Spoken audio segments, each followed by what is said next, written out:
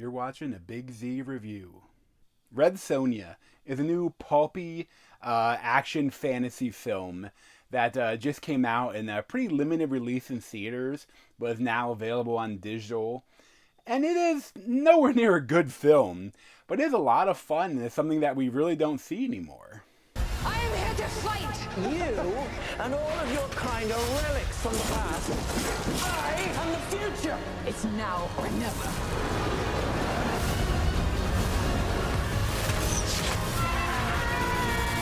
So this was directed by M.J. Bassett, and it was written by Tasha Huo, but it's like based on the book from Robert E. Howard.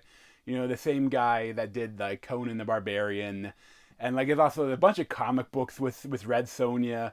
And I know it's funny if you want to see like if like some of the entry gear for sexy cosplay are like the Chainmail Bikini from Red Sonja. And you have like the Witchblade, and you have Vampirella. Like those three are always pop up, and they're always classics. And in this one, Matilda Lutz plays Sonja, and she was amazing in Revenge. Like she was, if you haven't seen Revenge, you check that out first before seeing Red Sonja. But like for this, I mean, this thing like the accents for every character are all over the place, but you know, whatever. And I mean, the action is fine. You know, it's the kind of action that you get with Xena, the Princess Warrior, whatever that's called, and Hercules, and all those old pulpy fantasy action shows. And I mean, it's like, it's not Game of Thrones or Lord of the Rings. You know, all the characters, all of their weapons are obviously like foam or rubber, and they're like so thick. Like it'd be tough to cut anyone with them, even if they were actually made of steel, and they'd probably be like 20 pounds if they were made of steel. And like it's always so funny whenever you see people walking around with a sword, like no sheath, like there's no actual sheath. There's just like a holster for the sword, and it's just like bare blade down below. It's like, you know that they only had the money to buy like one hero sword. They didn't have money to make an aluminum sword and to make like a real steel sword, and then to make like a rubber foam version for like the contact. You know, they had like a dozen blades to use for all the battle scenes, and that was it. But then, you know, there's also a lot of CGI at certain points, and some of it was actually pretty good. Like some of the monsters are pretty good. And then you have like this giant Cyclops that like is wrecking stuff, and it's like, ooh, that's not look good. And it's funny, like there is a decent villain, Robert Sheehan as Dragon, but like he's talking about how he's the Emperor. And it's like, I think you just like are ruling this town. Are you really an emperor? But like, you know, most of the movie is just like they're in like a gladiatorial thing.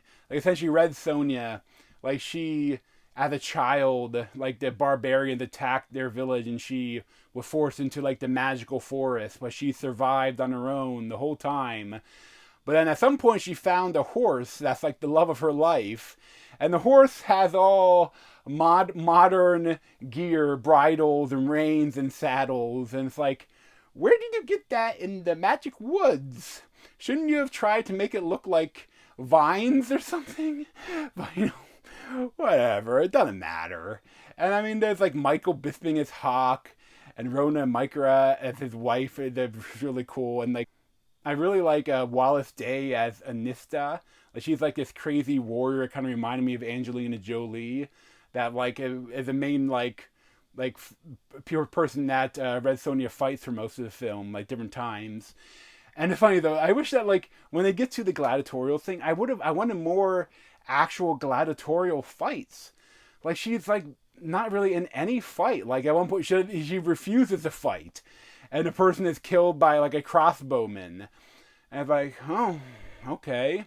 You could have actually done like an unwinnable fight for her or something, you know? It's just kind of lazy to just like, boop. And it's like, well, what's the point of that? You know, have some more fun gladiatorial fights. Instead, it's just like, they don't want her to fight. So instead, but then she sneaks out in her new chainmail armor, and she looks so hot. And it's like, but I mean, it's fun. It's pulp. It's Pulp Fantasy. And I mean, like, I would, like, recommend checking it out because I wouldn't mind seeing more of this, you know? It's definitely not good, but it's fun. Probably give, like, a 6.75 out of 10.